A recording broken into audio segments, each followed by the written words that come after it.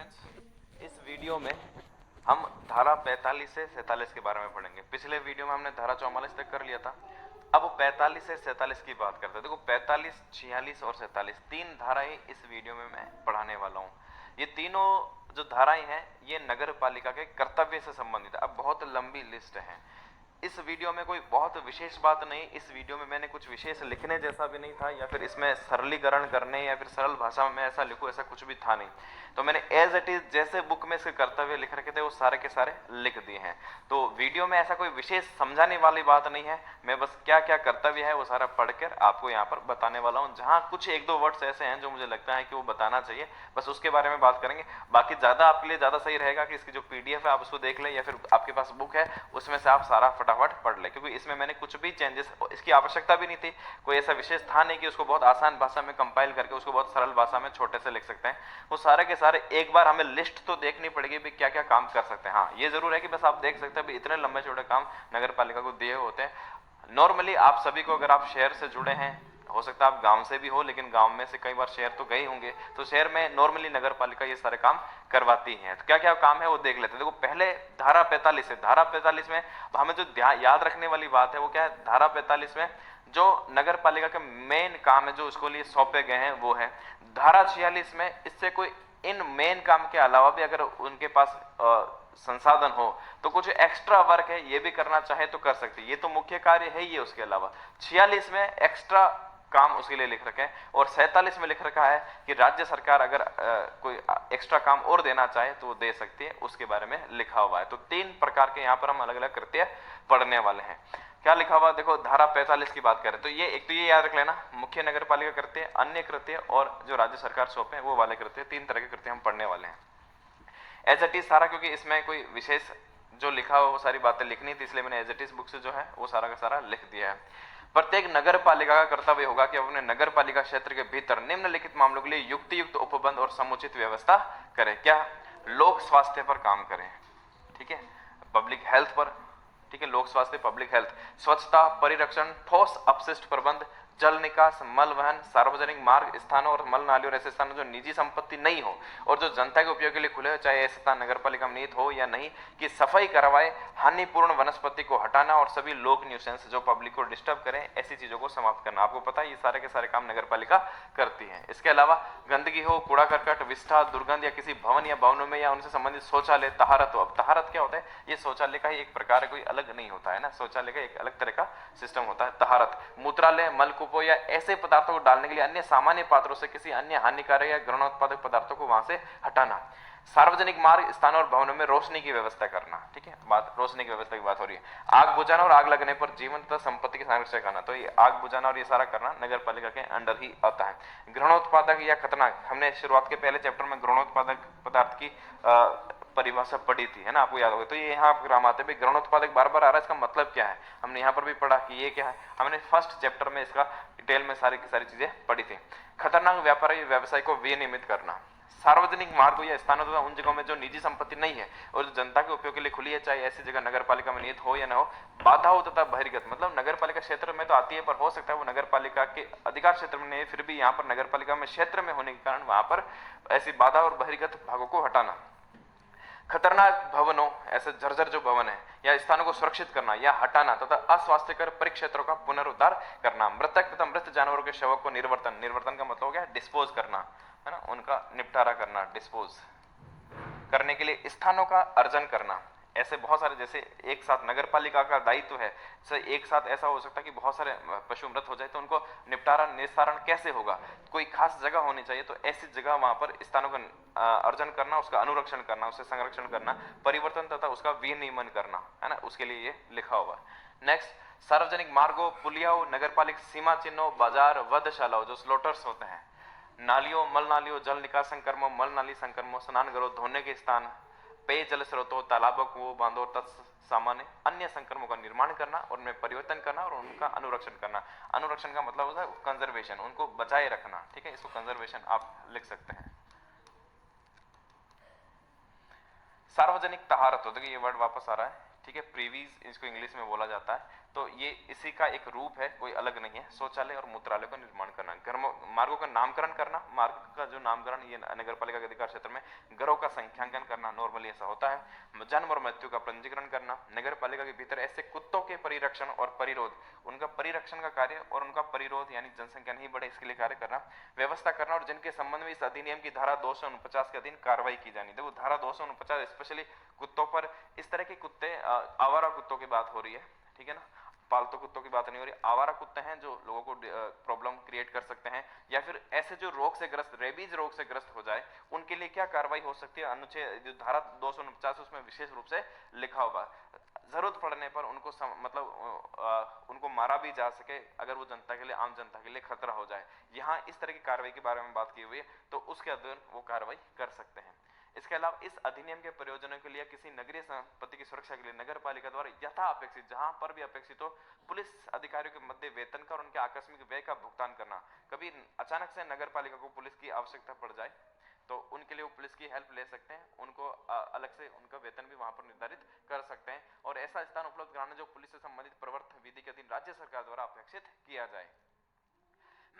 व्यक्तियों की संरक्षा, संपत्ति की सुरक्षा और लोक सुरक्षा के संबंध में ऐसे कृत्य और कर्तव्य जो विहित किए जाए करने के लिए स्वयंसेवी बल का गठन करना, ऐसा भी नगर पालिका कर सकती है। विस्टा विस्टा वही मल और कूड़ा करकट से कंपोस्ट खाद तैयार करने के लिए व्यवस्थाएं करना। कांजी हाउस स्थापित करना। कांजी हाउस क्या होता है, जहां पर जो भी आवारा पशु, जैसे कोई आवारा गाय वगैरह है या फिर इस तरह के, ज्यादातर गायों के लिए इस तरह कांजी हाउस है ना, वो स्थापित करना, जहां पर आवारा पशुओं को रखा जाता है, उनको कांजी हाउस कह सकते हैं। स्थापित करना, उनका रखरखाव करना। जनसंख्या नियंत्रण, परिवार कल्याण, छोटे परिवारों के मानकों, महिला कल्याण और बाल विकास को बढ़ावा देना। आर्थिक विकास, सामाजिक न्याय, गरीबी उन्मूलन, गंदी बस्ती सुधार, सार्वजनिक। अब ये अपना में बहुत बड़े बड़े काम हैं जिनमें बहुत सारी चीजें की जा सकती है ना। बस आप, मेरे ख्याल से आप इसकी तैयारी करें तो इन शब्दों को आराम से समझते होंगे भी। सामाजिक न्याय क्या होता है, गरीबी उन्मूलन क्या होता है, ये सब चीजें आप समझते होंगे। गरीबी उन्मूलन है, गंदी बस्ती सुधार है, सार्वजनिक वितरण प्रणाली जो राशन की प्रणाली है, और जरूरतमंद व्यक्तियों के लिए भोजन उपलब्ध कराने के लिए योजनाएं तैयार करना। सड़कों, फुटपाथों, पैदल रास्तों, यात्री और माल दोनों के लिए वहां परिवहन टर्मिनल तैयार करना। पुल और ओवरब्रिज, सबवे, फेरीज के निर्माण और रखरखाव सहित संचार प्रणाली और आंतरिक जल प्रवाह जो सीवेज है उनका सिस्टम तैयार करना। यातायात अभियांत्रिकी योजनाओं, मार्ग फर्नीचर, मार्ग में जो भी चीजें तैयार की जाती है और बनाना। पार्किंग क्षेत्रों और बस स्टॉप सहित परिवहन प्रणाली उपांग तैयार करना। उपांग का मतलब क्या है, देखो बस स्टॉप सहित परिवहन प्रणाली का तैयार करना काम तो राज्य सरकार करेगी, लेकिन हम यहाँ कह रहे उपांग तैयार करना। अब जैसे मेन जो बस स्टॉप है वो तो राज्य सरकार ने बना दिया, लेकिन उसके आसपास और जो व्यवस्थाएं करना, वो सारा काम करने का काम किसका है, वो नगर पालिका हो जाएगा। मानव बस्ती के लिए नए क्षेत्रों की योजनाबद्ध विकास के लिए व्यवस्था करना, नई बस्तियां बसाने के लिए योजनाबद्ध विकास, हम एक पूरा अलग से चैप्टर पढ़ेंगे इसके लिए। उद्यान और झरने स्थापित करके, मनोरंजन क्षेत्रों की व्यवस्था करके, नदी के किनारों को संवार कर और भूदृश्य चित्रण के द्वारा, है ना, सीनरीज इस तरह का। आप देखोगे आजकल तो स्वच्छ भारत के साथ सुंदर भारत की कल्पना भी, और जगह जगह दीवारों पर अलग अलग अच्छे चित्र पेंटिंग की हुई है, तो इस तरह के चित्रण द्वारा नगरीय क्षेत्र के सौंदर्यीकरण करने के लिए उपाय करना। समुदाय के लिए महत्वपूर्ण आंकड़ों और डाटा का संग्रहण करना। जिला या क्षेत्रीय विकास योजना यदि कोई हो के साथ नगरीय क्षेत्र की विकास योजना और स्कीमों को समेकित करना। शैक्षणिक, खेल संबंधी और सांस्कृतिक गतिविधियों को बढ़ावा देना। नगर पालिका के वित्त और उसके हाथ में ली गई विकास कार्यों और अन्य गतिविधियों के बारे में तात्विक और महत्वपूर्ण सूचनाएं हितधारकों और आम जनता को सूचनाएं प्रोवाइड करवाना, उनके सामने प्रकट करना, यह भी इनका एक दायित्व है। पशुओं के प्रति क्रूरता का निवारण सुनिश्चित करने के लिए कदम उठाना, और इस अधिनियम के द्वारा यह अधीन तत्समय प्रवर्तित किसी अन्य विधि के अधीन यथासंबंधित अन्य कानूनी या नियामक कृत्यों का पालन करना। तो ये आप देखेंगे इसमें लिखा हुआ है य और ग, यहां पर ये लास्ट पॉइंट है। अब इसमें आप देखिए यहां तक तो जो हमने पढ़े उनके कर्तव्य। अब इस कर्तव्य के बारे में कुछ बातें लिखी हुई, 2-3 बातें, यहां से धारा 45 खत्म हो जाएगी। क्या लिखा हुआ है, नगर पालिका अपनी प्रबंध के जो उसका मैनेजमेंट सिस्टम है, उसका जो तकनीकी योग्यता क्षमता उसके पास है, अपनी मैनेजरियल अपनी जो एबिलिटी है, तकनीकी, वित्तीय और संगठनात्मक क्षमता और नगरीय क्षेत्र में विद्यमान वास्तविक दशाओं को ध्यान में रखते हुए पूर्वोक्त अभी तक हमने जो भी ये पढ़े हैं इनके कृत्य, किन्हीं कृत्यों को नहीं करने या उनकी पालना को स्थगित करने का विनिश्चय कर सकेगी। अब देखो हमने इतनी सारी चीजें पढ़ ली है, क्या सारे के सारे कर्तव्य वो पूर्ति कर सकती है? ये कर्तव्य उनको दिए गए पे आपको ये करने चाहिए, लेकिन हो सकता है किसी नगर पालिका के पास इतना बढ़िया मैनेजमेंट सिस्टम नहीं हो, या फिर इतनी टेक्निकल चीजें उपलब्ध नहीं हो, या फिर इतने आर्थिक संसाधन नहीं हो, इतना संगठन उनका मजबूत नहीं हो, या फिर इस तरह की दशा ही नहीं है कि वो इतनी सारी चीजें कर सकती है। तो अपनी क्षमता के अनुसार कार्य करने के लिए यहाँ पर किया जा रहा है कि अपनी अधिकतम क्षमता का प्रयोग करते हुए ये सारे कार्य करें, लेकिन ऐसा आवश्यक नहीं है कि वो सारा का सारा कार्य करना ही है, उसको अपनी क्षमता के अनुसार, अधिकतम क्षमता के अनुसार कार्य करें। राज्य सरकार नगर पालिका को यथापूर्वक में से किन्हीं कृत्यों का, यदि ऐसे कार्य का जिम्मा नगर पालिका द्वारा नहीं लिया गया अब तक या उसके द्वारा स्थगित कर दिया गया, तो पालन करने का निर्देश दे सकेगी। अब राज्य सरकार के ऊपर है, मान लो कि कोई भी नगर पालिका कुछ कर्तव्यों का पालन नहीं करी, तो राज्य सरकार को लगता है तो उसके करने का आदेश दे सकती है। नगर पालिका यथापूर्वक कर्तव्यों में से किसी के भी निर्वहन के लिए अपेक्षित अवसंरचना, इंफ्रास्ट्रक्चर डेवलप करना हो, या तो स्वयं यह धारा 154 में निर्दिष्ट करार के तहत, धारा 154 में क्या है, तो धारा 154 में लिखा हुआ है कि वो निजी क्षेत्रों से भी, निजी पब्लिक प्राइवेट पार्टनरशिप आपने पढ़ा होगा, तो वो प्राइवेट से भी हेल्प लेकर, निजी क्षेत्रों से भी हेल्प लेकर ये काम करा सकती है। निर्दिष्ट करार के तहत किसी भी अभिकरण के माध्यम से योजना बना सकेगी और उसका सनिर्माण, परिवर्तन और रखरखाव या प्रबंध कर सकेगी। ये नगर पालिका के लिए लिखा हुआ है। अब हम बात कर लेते हैं धारा 46 की। अन्य नगर पालिका कृत्य क्या है? ये तो थे मुख्य नगर पालिका कृत्य, अन्य में क्या है? देखो, नगर पालिका अपने मुख्य कृत्य जो हमने धारा 45 में पढ़े, जो नगर पालिका निधि पर प्रथम प्रभार होगी, फर्स्ट प्रायोरिटी वो है कि संतोषप्रद निष्पादन को ध्यान में रखते हुए और अपनी प्रबंधकीय, तकनीकी और वित्तीय क्षमताओं के अध्ययन रहते हुए, अध्ययन यानी इन क्षमताओं का ध्यान रखते हुए निम्नलिखित में से किन्हीं भी कृत्यों का जिम्मा ले सकेगी। उसके ऊपर डिपेंड करता है, आपने वो काम तो कर दिए, अब आप कुछ अन्य कृत्य भी करना चाहे तो ये भी लिस्ट दे रखी है, उनका निष्पादन कर सकेगी या उनके निष्पादन को प्रोत्साहित करेगी। देखो, अब ये नगर पालिका, अब जब हम इस चीजों को लिख देते, इस अधिनियम में लिखा हुआ मतलब एक तरह से जब आपने चीजों को लिख दिए तो नगर पालिका के ध्यान में भी रहता कि ये भी हमारे सामने एक टारगेट है जिसको हमें करना चाहिए। अब कई बार ऐसा आपने देखा होगा, कुछ नगर पालिकाएं, नगर निगम, नगर परिषद, जब एक बहुत बेहतरीन अध्यक्ष, सभापति उनको मिलता है और वो जब काम करने की उसमें अगर ललक होती है तो वो ऐसे ऐसे काम कर लेता है जहां पर हम देखते हैं कि किसी शहर को जैसे स्मार्ट सिटी का दर्जा मिल गया हो, या फिर राज्य सरकार, केंद्र सरकार की तरफ से कितना ही फंड मिल जाए, उतना बढ़िया काम नहीं कर पाती है, लेकिन वहां का कोई अध्यक्ष, चेयरमैन, सभापति या फिर मेयर वो काम करके दिखा देता है ना। तो एक हमारे सामने कुछ टारगेट्स तो होने चाहिए, तो इस तरह के सारे टारगेट और इस तरह की चीजें हमने लिस्ट में लिखकर दी हुई इस अधिनियम के तहत। क्या है? तो पर्यावरण, अलग अलग क्षेत्र डिवाइड किए हुए।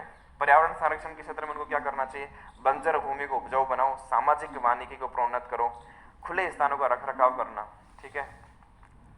इसके अलावा पौधों, सब्जियों और वृक्षों के लिए पौधशालाओं की स्थापना और रखरखाव और जन सहभागिता के माध्यम से हरियाली की वृद्धि करना, पुष्प प्रदर्शनियों के आयोजन और नागरिक संस्कृति के रूप में फूल उगाने को बढ़ावा देना, इस तरह की कल्चर डेवलप करना, प्रदूषण के सभी स्वरूपों के निवारण के लिए उपायों को प्रोत्साहित करना, ठीक है।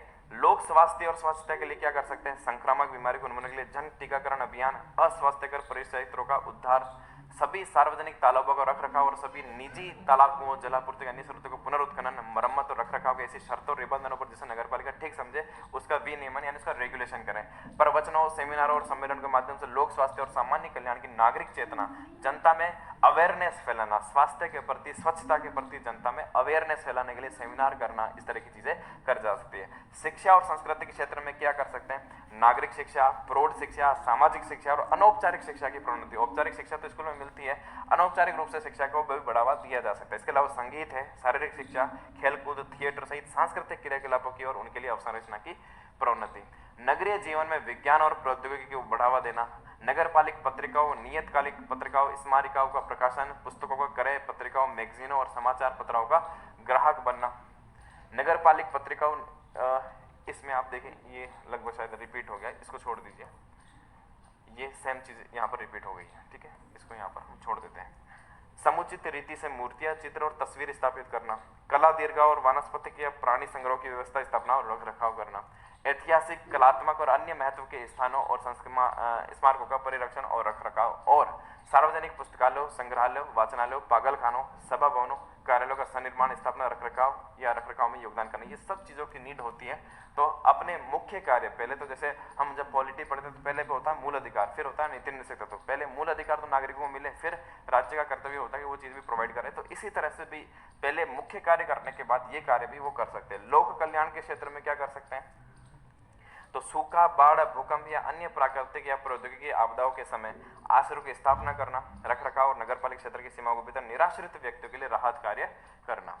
अस्पतालों, औषधालयों, आश्रय, उद्धार गृह, प्रसूति गृह और बाल कल्याण केंद्रों का सनिर्माण या रखरखाव या उनकी सहायता के लिए प्रावधान करना। बेघर के लिए आश्रयों का प्रावधान करना। हाथ सफाई कर्मी और उनके परिवारों की मुक्ति और पुनर्वास के लिए कार्यक्रमों का, है ना, ये तो सरकार ने अब बहुत इस स्तर पर काम किया कि जो भी मेला ढोने हैं उनको उस काम से मुक्ति मिलनी चाहिए। सारा का सारा टेक्निकल तरीके से हमें ये सारा होना चाहिए, ठीक है।